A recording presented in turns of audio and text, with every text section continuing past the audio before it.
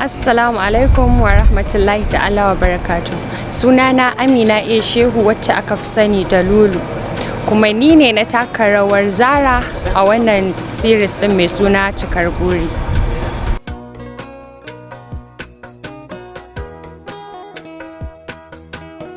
Eto, kwarai da gaske Cikar Buri series ne wanda ya kunshi ilmantarwa, faɗakarwa da kuma nishaɗantarwa.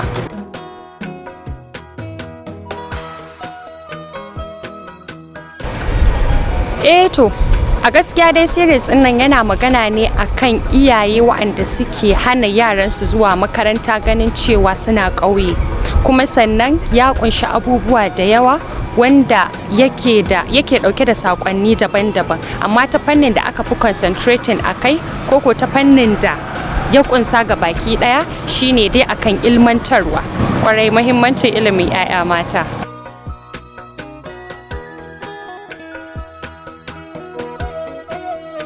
Na taka role ne a matsayin 'yar Alin Nuhu. Shi wani mai mukami ne a garin, and ni kuma 'yarsa ce. Ina son wani talaka, shi kuma baya so ganin cewa status ɗin shi bai kai namu ba. Role ɗin da na taka kenan.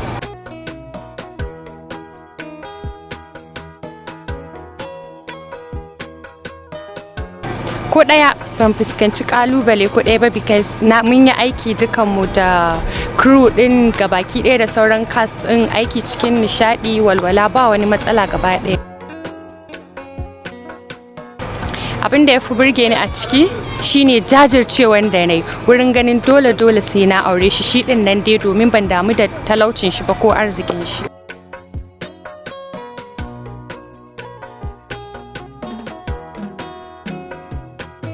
To gaskiya salo ne mai kyau, kuma zai kawo ci gaba da yawa, ba ma a masana'antar Kannywood gaba ɗaya ba, ba ma a masana'antar Kannywood kaɗai ba, ga duk wanda ya kalla.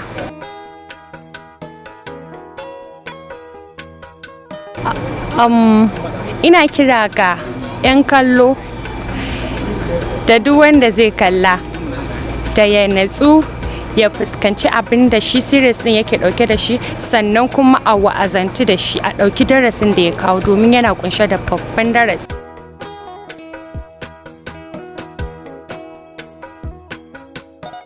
Kwarai da gaske, inda ina son shi. Ni ma talakan ne ai.